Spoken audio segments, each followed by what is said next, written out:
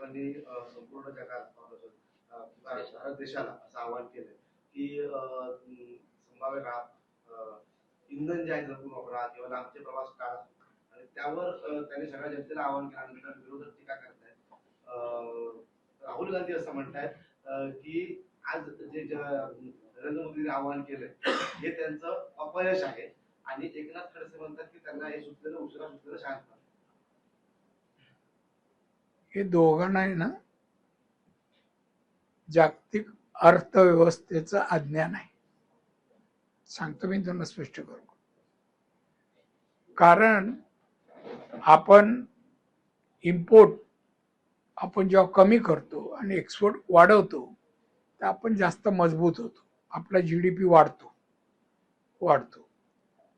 आपण हा प्रयत्न आपण नाही कुठलाही देश करतो की एक्सपोर्ट कमी होईल आपल्याकडचं, इम्पोर्ट वाढू नये म्हणून आणि आपलं एक्सपोर्ट जास्त होईल हे असं असलं पाहिजे.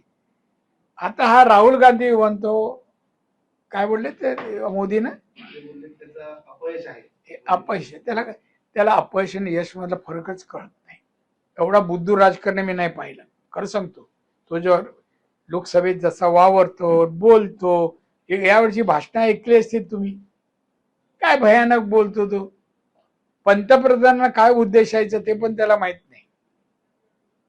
तू तुझ्या इकडचे जे काँग्रेसच्या राजवटीत जे झालं ना, सत्ता चालत होती, ते यश तेव्हा मिळवलं असतं ना तर तुमच्या पक्षाची दशा झाली नसती.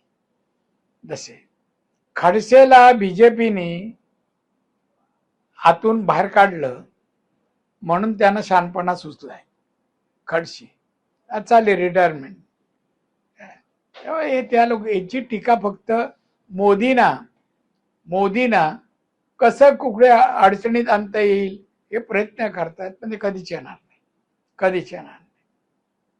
आता मोदींनी सांगितलं आपल्या गोष्टी वापरा. चुकीचं काय? मार्केटिंग वाढवायला आपल्या लोकांचं उत्पन्न. आता आपण ते काय ह्याला जाणार काय इटलीला आम्ही घ्यायला काय आणि काय त्यांचं मार्केट स्ट्रॉंग करायला. प्रत्येक देशाचा माणूस प्रयत्न करतो आपला एक्सपोर्ट वाढायला, पण तो जाहीर करून नाही.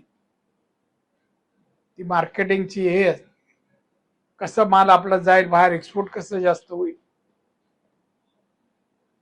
असं आहे. त्याचबरोबर त्यांनी असं देखील म्हटलंय की राज्यातील मंत्री आणि नेते मंडळी त्याचप्रमाणे अधिकारी यांनी देखील पेट्रोल कपातीच्या निर्णयावर म्हणताना असं म्हटलंय की आपला ताफा जो आहे वाहनांचा तो देखील कमी करावा. पंतप्रधान असं म्हटलं. विरोधी पक्षांना पण ताफा दिलाय ना प्रोटेक्शनसाठी. तो काय मंत्री स्वतःहून मागत नाही. त्यांची व्यवस्था जी आहे कायदा सुव्यवस्थेची त्या व्यवस्थेनुसार ताफा दिला जातो. आता मी काय मागितलं नाही. काय की जे मंत्री आहेत राज्यातील, कारण पेट्रोल भविष्यात कमी तेवढा होऊ शकतो, त्यानुसार मंत्री असतील, अधिकारी असतील आणि जे प्रशासकीय अधिकारी असतील यांनी आपल्या ताफ्यातील वाहने जी आहेत ती देखील कमी करावी. मग ते योग्य आहे. त्यांनी मार्गदर्शन केलं तर चुकीचं काय? करावी. पेट्रोल आणि डिझेलची समस्या आहे देशासमोर समस्या, तर ती समस्या दूर करायचं काम पहिल्या अधिकाऱ्यांनी लोकप्रतिनिधी करायला पाहिजे. सत्तेवर आहेत त्यांची चुकीचं काही नाही आहे. तुम्ही म्हणाला गांधीवरून बोललात नाही, तो संपला तिथे संपला बोलला नाही, त्यामुळे आमचा सुरू झाला.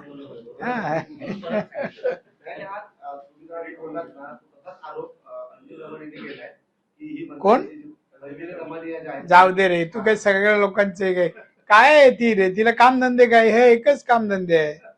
मग दादा सध्या सिंधुदुर्ग जिल्ह्यातील म्हणजे कोकण किनारपट्टीच्या भागातील आंबा बागायतदार चिंतेत होता आणि त्याचप्रमाणे जो शासनाने जो निधी जो मंजूर केलेला होता तो 2200 रुपये एकरी होता, हेक्टरी होता. मात्र सद्यस्थितीला तो निधी कमी आहे. यासाठी 15 मेला राजू शेट्टी यांच्या